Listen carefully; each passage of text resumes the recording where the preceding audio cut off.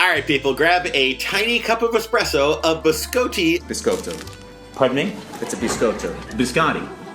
That would be if there was more than one. There's only one. And a greasy wife beater, because we are about to talk about the South Philly Italian-themed Mini Cooper.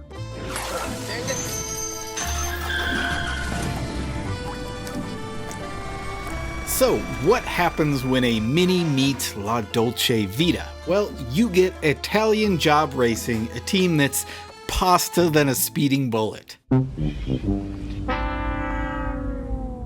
Eric, do you think that joke misfired because of a lack of writing or preparation, or was it just kind of a spontaneous error? I'd say it was a spontaneous attempt. Next question. Are you worried that this failed attempt at humor could potentially damage your reputation in the industry? I wasn't worried about it before you asked that question. Well, just follow up. Would you describe that pun, the timing, as a little too al dente? You know what? Forget about it. So this is a 1.6 liter supercharged Mini. The team has called it Vinny, and it was offered to the team captain Mike for $800 by a friend of his. Why? Because it had a little bit of a rod knock. Knock, knock. But this is Lemon, so one man's trash is another man's racing car. So they sold some parts off, they put a roll cage in it, they did a quick engine rebuild, boom, ready to race. Boom, there you go, bam! Oh! After that, all they had to do was infuse the car with Italian pride. They added a hairy chest and an oversized gold chain large enough to make any nano proud.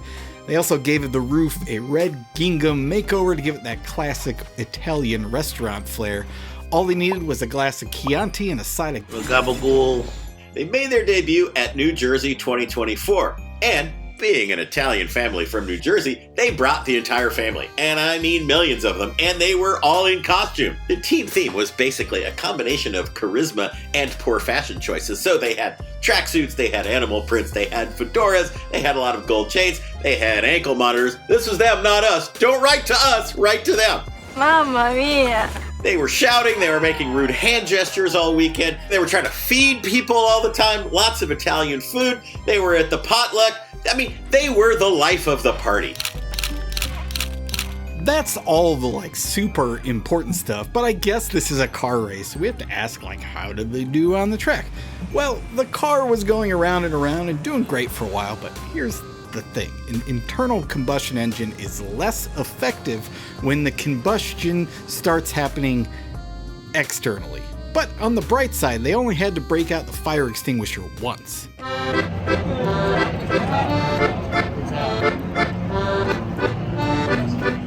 Well, that is a very fire suppression bottle half full kind of attitude you got there. Now, even before that, they were not the fastest car on the track. They ended, 77th out of 150, something like that. Really not bad for their first race, but the most important thing is we don't really care how they did on the track. How they did off the track, they were awesome, and that got them the Organizer's Choice Award. That's a pretty strong first outing, but they didn't quite fare as well a couple months ago when they wrecked at Thompson and came in 90th. But we're hopeful they'll get back up and running pronto. Moral of the story here is that you non-themers really gotta do better. Capiche?